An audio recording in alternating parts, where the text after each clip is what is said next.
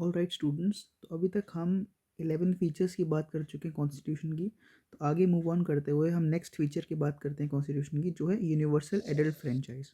Universal adult franchise का simply ये meaning होता है कि अगर आप 18 ईयर्स से ऊपर हो तो आप सिंपली वोट कर सकते हो लोकसभा के इलेक्शंस के लिए और स्टेट लेजिस्लेटिव इलेक्शंस के लिए, और आपको कोई भी डिस्क्रिमिनेशन नहीं किया जाएगा on the basis of caste, religion, race, education, literacy. इन सब बेसिस पे आपका कोई भी डिस्क्रिमिनेशन नहीं किया जाएगा और आप वोट कर सकते हो सेंट्रल लेवल के इलेक्शंस के लिए, लोकसभा के लिए, और जो स्टेट लेजिस्लेटिव असेंबलीज होती हैं उनके लिए। The Indian constitution adopts universal adult franchise as the basis of elections to Lok Sabha and the state legislative assemblies. Lok Sabha और स्टेट लेजिस्लेटिव असेंबलीज के जो इलेक्शंस होते हैं उनका बेसिस क्या होता है? Universal adult franchise. Every citizen who is not less than 18 years of age, जो भी सिटीजन जो 18 ईयर्स से कम का एज का नहीं है, has the right to vote. उसके पास वोटिंग राइट है without any discrimination on the grounds of caste, race, religion, sex, literacy, wealth and so on. जो वोटिंग राइट थी वो रिड्यूस कर दी थी to 18 years of age from 21 years. पहले कितनी थी? जब हमारा कॉन्स्टिट्यूशन बना था उस समय 21 ईयर्स ऑफ एज आपकी वोटिंग राइट दी गई थी कि 21 से ऊपर जब आप हो गए तब आप वोटिंग कर सकते हो। बट 1989 के अंदर जो है ये 21 से रिड्यूस होकर 18 हो गई थी। और 1989 में क्यों हुई थी?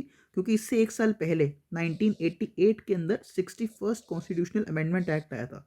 और इस 61st कॉन्स्टिट्यूशनल अमेंडमेंट एक्ट 1988 ने ये प्रोविजन दिया कि ये एज जो है 21 से रिड्यूस होकर 18 कर दी जाए। और उसके अगले साल ये फोर्स के अंदर इट केम इनटू फोर्स, और 1989 के अंदर अब एज जो है 21 से 18 हो गई थी। The introduction of universal adult franchise by the constitution makers was a bold experiment and highly remarkable. यानी कि अब हमको पता है कि जब हम आज़ाद हुए 1950s के आसपास, तब हमारी लिटरेसी रेट भी 10% से कम है। आधे से ज़्यादा लोग, इतने सारे लोग हमारी कंट्री के अनएजुकेटेड हैं, इलिटरेट हैं और पुअर हैं। और ऐसे सर्कमस्टांसेस के अंडर भी हमको यूनिवर्सल एडल्ट फ्रेंचाइज देना, राइट, कॉन्स्टिट्यूशन मेकर्स का एक बहुत बोल्ड एक्सपेरिमेंट था, एक हाईली रिमार्केबल स्टेप था। राइट, एक हाईली रिमार्केबल और बोल्ड एक्सपेरिमेंट था। क्यों? इन view of the vast size of the country. एक तो देश इतना बड़ा है, पहले इलेक्शंस हो रहे हैं इतने, और सबको ही आपने यूनिवर्सल एडल्ट फ्रेंचाइज दे दिया, तो इतना हौच पौच हो सकता है, फिर भी दे दिया। इट्स ह्यूज पॉपुलेशन इतनी ज़्यादा है, हाई पॉवर्टी, इतने से ज़्यादा लोग गरीब हैं, सोशल इनइक्वालिटी इतनी ज़्यादा है, गैप इतना बड़ा रिच और पुअर के बीच में, और ओवरवेलमिंग इलिटरेसी है लोगों के अंदर। फिर भी अगर उन्होंने यूनिवर्सल एडल्ट फ्रेंचाइज दे दिया तो ये बहुत बोल्ड एक्सपेरिमेंट और स्टेप था।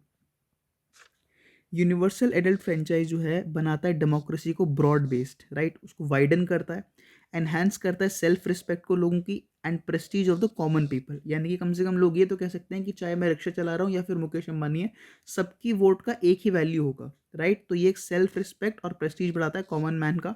अप होल्ड करता है द प्रिंसिपल ऑफ इक्वालिटी। फिर एनेबल करता है माइनॉरिटीज़ को प्रोटेक्ट करने के लिए अपने इंटरेस्ट, क्योंकि माइनॉरिटीज़ का भी रिप्रेजेंटेशन होगा उनके वोट्स के थ्रू। अगर कोई मेजॉरिटी रिलीजन का है और अगर कोई माइनॉरिटी रिलीजन का है, तो दोनों का वोट एक ही काउंट किया जाएगा, दोनों का इक्वल वोट काउंट किया जाएगा। इसलिए माइनॉरिटीज़ का भी रिप्रेजेंटेशन होता है लोकसभा के अंदर और स्टेट लेजिस्लेटिव असेंबलीज के अंदर। And opens up new hopes and vistas for weaker sections, और वीकर सेक्शंस को नई आशाएं, होप्स और विस्तार्स एवेन्यूज मिलते हैं।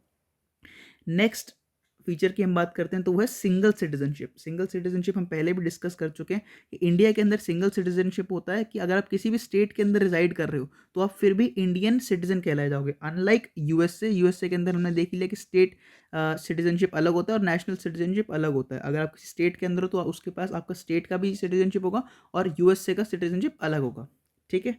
दो the Indian constitution is federal and envisages a dual polity. हमको ये पता है कि हम फेडरल स्ट्रक्चर के अंदर रहते हैं और डुअल पॉलिटी यानी कि सेंटर के अंदर अलग गवर्नमेंट है और स्टेट के अंदर अलग गवर्नमेंट है।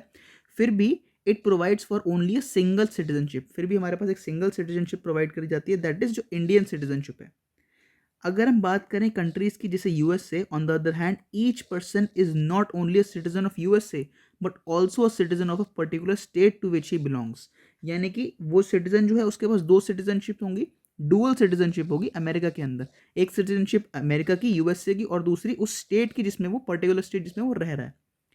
Thus he owes allegiance to both and enjoys dual sets of rights. तो वो दोनों के तरफ एलिजियंस ओ करता है और एंजॉय करता है दोनों सेट ऑफ राइट्स, एक जो कॉन्फर कर रहा है नेशनल गवर्नमेंट और दूसरा जो स्टेट गवर्नमेंट कन्फर कर रहा है, राइट। तो डुअल सिटीजनशिप होती है किसी अमेरिकन सिटीजन के पास। इंडिया के अंदर जितने भी सारे सिटीजन्स हैं, irrespective of the state in which they are born और रिजाइड, यानी कि चाहे वो किसी भी सिटीजन स्टेट के सिटीजन है, चाहे वो हिमाचल प्रदेश के हों, चाहे वो कर्नाटका के हों, enjoy the same political and civil rights, उनके पास सेम पॉलिटिकल और सिविल राइट्स होंगी of the citizenship all over the country, और कोई भी डिस्क्रिमिनेशन नहीं किया जाएगा इज मेड बिटवीन देम। तो रीजनल बेसिस पे, स्टेट के बेसिस पे कोई भी उनके पास पॉलिटिकल डिस्क्रिमिनेशन नहीं किया जाएगा। Despite the constitutional provision for a single citizenship, ये सिंगल सिटीजनशिप देने के बावजूद भी और यूनिफॉर्म राइट्स देने के बाद भी to all the people, India witness करता है and has been witnessing the communal riots, class conflicts, caste wars, linguistic clashes and ethnic disputes. यानी कि सिंगल सिटीजनशिप होने के बाद भी, इतना यूनाइटेड होने के बाद भी, यूनिफॉर्म पॉलिटिकल राइट्स देने के बाद भी, इंडिया ने इतने सारे कम्युनल राइट्स देखे हैं, राइट, कम्युनिटीज़ के बेसिस में क्लैशेस देखे हैं, क्लासेस के बीच में कॉन्फ्लिक्ट्स देखे हैं, कास्ट के बीच में लड़ाई देखी हैं, फिर लैंग्वेज के बेसिस पे क्लैशेस और लड़ाइयाँ देखी हैं, और एथनिक बेसिस पे भी डिस्प्यूट्स देखे हैं। इसका ये मतलब है, this means that the cherished goal of the constitution makers, की कॉन्स्टिट्यूशन मेकर्स ने सिंगल सिटीजनशिप देने का रीज़न ये था कि वो यूनिटी बढ़ाना चाहते थे, इतनी डाइवर्सिटी होने के बाद भी, फिर भी उनका जो चेरिश्ड गोल था वो अचीव नहीं हुआ है completely. To build a united and integrated Indian nation has not been fully realised, right. ये इतने जो राइट्स हो रहे हैं, कम्युनल राइट्स हो रहे हैं, कॉन्फ्लिक्ट्स हो रहे हैं, कास्ट वॉर्स हो रहे हैं, इनसे ये पता लगता है कि जो फाइनल एम था कॉन्स्टिट्यूशन मेकर्स का, जो उनका विजन था एक इंडिपेंडेंट और फ्री इंडिया का, वो अभी भी अचीव नहीं हुआ है फुली, राइट। नेक्स्ट फीचर की बात करते हैं तो इंडिपेंडेंट बॉडीज। इंडिपेंडेंट बॉडीज का मतलब होता है कि हमारे 3 ऑर्गन है, हमको पता है, लेजिस्लेचर, एग्जीक्यूटिव और जुडिशरी। इनके अलावा भी हमारे पास कुछ ऐसी ऑर्गेनाइजेशंस होती हैं जो ऑलमोस्ट इंडिपेंडेंटली काम करती हैं। ऐसा नहीं है कि ये बॉडीज जो है कंप्लीटली इंडिपेंडेंट होती हैं। फॉर एग्जांपल जैसे इलेक्शन कमीशन की बात करें या कैग की हम बात करें, तो ये इंडिपेंडेंट होती हैं अपने स्ट्रक्चर के अंदर, बट इनका भी रिक्रूटमेंट जो होता है, जो कैग का रिक्रूटमेंट होता है वो भी गवर्नमेंट करती है, इलेक्शन कमिश्नर का रिक्रूटमेंट भी गवर्नमेंट करती है।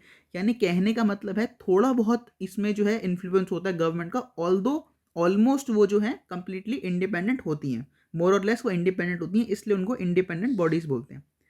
जो इंडियन कॉन्स्टिट्यूशन है not only provides for the legislative, executive and judicial organs of the government, ये तीन तो वो प्रोवाइड करता है, ये 3 ऑर्गन्स सेंटर पे और स्टेट पे, राइट। सेंट्रल लेवल पे भी 3 ऑर्गन्स हैं और स्टेट लेवल पे भी 3 ऑर्गन्स हैं, but also establishes certain independent bodies, कुछ और इंडिपेंडेंट बॉडीज भी वो एस्टैब्लिश करता है। They are envisaged by the Constitution as the bulwarks of the democratic system of government in India। यानी कि इंडिपेंडेंट बॉडीज एक स्ट्रॉन्ग पिलर्स की तरह काम करती हैं हमारे डेमोक्रेटिक सिस्टम की इंडिया के अंदर। और ये क्या क्या बॉडीज है, कौन कौन से इंडिपेंडेंट बॉडीज उनकी हम बात करते हैं। सबसे पहली है election commission. Election commission to ensure, और उसका काम क्या होता है, फ्री और फेयर इलेक्शंस करवाना। और कौन कौन से इलेक्शंस वो देखती है, पार्लियामेंट के इलेक्शंस देखती है, स्टेट लेजिस्लेचर के इलेक्शंस देखती है, प्रेसिडेंट के इलेक्शंस देखती है और वाइस प्रेसिडेंट के इलेक्शंस देखती है। इसके अलावा भी और देखती हैं, बट मेनली यही होते हैं, पार्लियामेंट के इलेक्शन, लोकसभा के इलेक्शन, स्टेट लेजिस्लेचर के इलेक्शन, विधानसभा के, ऑफिस ऑफ द प्रेसिडेंट यानी कि प्रेसिडेंट ऑफ इंडिया जो होता है उसके इलेक्शन सिंगल ट्रांसफरेबल वोट के हिसाब से वो भी इलेक्शन कमीशन देखती है, और ऑफिस ऑफ वाइस प्रेसिडेंट जो होता है वो भी इलेक्शन कमीशन देखती है। उसके बाद पहले इंडिपेंडेंट बॉडी इलेक्शन कमीशन हो गई, दूसरी इंडिपेंडेंट बॉडी हमारी हो गई controller and auditor general of India, C&AG, यानी कि या फिर CAG हम बोल सकते हैं। कैग या फिर controller and auditor general of India का मतलब होता है जितने भी स्टेट फाइनेंसेस होते हैं उनको ऑडिट करना, वो काम होता है कंट्रोलर एंड ऑडिटर जनरल का। To audit the accounts of central and state governments, यानी कि इसका क्या काम होता है, स्टेट और सेंट्रल गवर्नमेंट में किस तरह से फंड्स एलोकेट हो रहे हैं, जो पब्लिक का पैसा आ रहा है वो किस तरह से एलोकेट हो रहा है अलग अलग डिपार्टमेंट्स के अंदर, वो चेक करता है कैग, राइट। कैग का ये काम होता है, इसीलिए इसको बोला जाता है it is a guarantor of the public purse. जो पब्लिक का पैसा है वो किस तरह से गवर्नमेंट एलोकेट कर रही है या लगा रही है, वो कौन चेक करता है, रिव्यू करता है, controller and auditor general of India. He acts as the guardian of public purse, वो काम करता है पब्लिक पर्स के गार्जियन की तरह, and comments on the legality and propriety of government expenditure, और गवर्नमेंट ने किस तरह से अपना एक्सपेंडिचर को खर्च किया है या पब्लिक के पैसे को खर्च किया है उस पर कॉमेंट करता है और उसको रिव्यू करता है लीगली। थर्ड हम बात करते हैं यूपीएससी की, यूनियन पब्लिक सर्विस कमीशन, जिसका मेन काम होता है ब्यूरोक्रेट्स को रिक्रूट करना। जो आप बात कर रहे हो या फिर प्रिपरेशन कर रहे हो सिविल सर्विसेज की या ब्यूरोक्रेसी की, चाहे वो तीन, सबसे पहले हमारे main all India services provide करता है आईएएस, आईपीएस और आईएफएस। और ये मैं आपको पहले भी बता चुका हूँ, जब हम आईएफएस की यहाँ बात करते हैं तो ये 3 सर्विसेज में आईएफएस फॉरेस्ट सर्विस है, ना कि फॉरेन सर्विस। तो यूपीएससी का एक काम होता है कि वो एग्जामिनेशंस कंडक्ट कराए रिक्रूटमेंट करने के लिए ऑल इंडिया सर्विसेज के लिए। ऑल इंडिया सर्विसेज ये 3 हो गई, इसके अलावा भी और सर्विसेज होती हैं, डायनेक्स हो गए, एलाइड सर्विसेज हो गई, फॉरेन सर्विस हो गई, रेवेन्यू सर्विसेज हो गई, एंड हायर सेंट्रल सर्विसेज जिसमें ये सारी आ जाएंगी। और ये एग्जामिनेशंस कंडक्ट कराना इसका सोल पर्पस नहीं है, इसके अलावा भी ये और काम करती है। क्या करती है? ये एडवाइस करती है प्रेसिडेंट को ऑन डिसिप्लिनरी मैटर्स, यानी कि कुछ ऐसे मैटर्स जहाँ पे एकेडमिशियंस की जरूरत होती है, वहाँ पे ये body union public service commission president को एडवाइस करती है और एड करती है। फिर फोर्थ हम बात करते हैं स्टेट पब्लिक सर्विस कमीशन जो होती हैं, जैसे यहाँ पर यूपी पीसीएस होती है, राइट, जो स्टेट लेवल के लिए ब्यूरोक्रेट्स को रिक्रूट करती है स्टेट लेवल पे, to in every state to conduct examinations for recruitment to state services. State services में जो क्या कहते हैं ब्यूरोक्रेट्स का रिक्रूटमेंट होता है वो स्टेट सर्विसेज करती हैं। यूपी का अलग होता है, राजस्थान सर्विसेज का अलग होता है, फिर बिहार कैडर का अलग होता है। And to advise the governor on disciplinary matters, और यहाँ पे ये किसको एडवाइस करेगी? ये अपने स्टेट के गवर्नर को डिसिप्लिनरी मैटर्स में एड करती है, एडवाइस करती है। जिस तरह से सेंटर यानी कि फेडरल सर्विस या union public service commission president को एडवाइस करती है, उसी तरह से स्टेट सर्विसेज गवर्नर को एडवाइस करती है। The constitution ensures the independence of these bodies. Constitution क्या कहता है कि ये जो भी बॉडीज हैं, चाहे कैग हो, चाहे इलेक्शन कमिश्नर हो, यूपीएससी हो या स्टेट पब्लिक सर्विस कमीशन हो, इन सब की इंडिपेंडेंस अश्योर करता है या गारंटी करता है हमारा कॉन्स्टिट्यूशन थ्रू वेरियस प्रोविजंस, अलग अलग प्रोविजंस के थ्रू। जैसे सिक्योरिटी ऑफ टेन्योर होता है, फिर फिक्स सर्विस होता है कंडीशंस का, जो ये सब चीज़ें हमने बात करी थी जब हम इंडिपेंडेंट जुडिशरी की बात कर रहे थे, कि वहाँ पे भी सिक्योरिटी ऑफ टेन्योर होता है, जो भी जजेस होते हैं उनका फिक्स सर्विस कंडीशंस होते हैं। Expenses being charge on the consolidated fund of India, ये भी हमने देखा था कि सुप्रीम कोर्ट के जजेस के साथ होता है कि जो भी वो खर्चा करें, चाहे इंडिपेंडेंट बॉडीज करें या सुप्रीम कोर्ट करें, तो वो चार्ज होगा कंसोलिडेटेड फंड ऑफ इंडिया से, और पार्लियामेंट उस पर क्वेश्चन नहीं कर सकता, राइट। नेक्स्ट फीचर की हम बात करते हैं इमरजेंसी प्रोविजंस। इंडियन कॉन्स्टिट्यूशन जो है वो कंटेन करता है इलेबोरेट इमरजेंसी प्रोविजंस। 3 बेसिकली होते हैं, जिसमें हम इसको इंक्लूड करके हम 4 भी कह सकते हैं, 352, 356 और 360। ऑल्दो ये 356 के बाद हम 365 भी कह सकते हैं, ये प्रेसिडेंट रूल का दूसरा पार्ट होता है, जब हम इसको डिटेल में बाद में डिस्कस करेंगे तब मैं आपको एक्सप्लेन कर दूंगा। The Indian Constitution contains elaborate emergency provisions to enable President to meet any extraordinary situation effectively। यानी कि कोई भी अगर इंटरनल क्या कहते हैं प्रॉब्लम आ जाती है, कोई आर्म्ड रेबेलियन हो जाता है या फिर कोई फाइनेंशियल क्राइसिस आ जाते हैं देश के अंदर, तो एमरजेंसी लागू की जा सकती है बाय प्रेसिडेंट, ठीक है, to meet any extraordinary situation. The rationality behind incorporation of these provisions is to safeguard the sovereignty, unity and integrity and security of the country।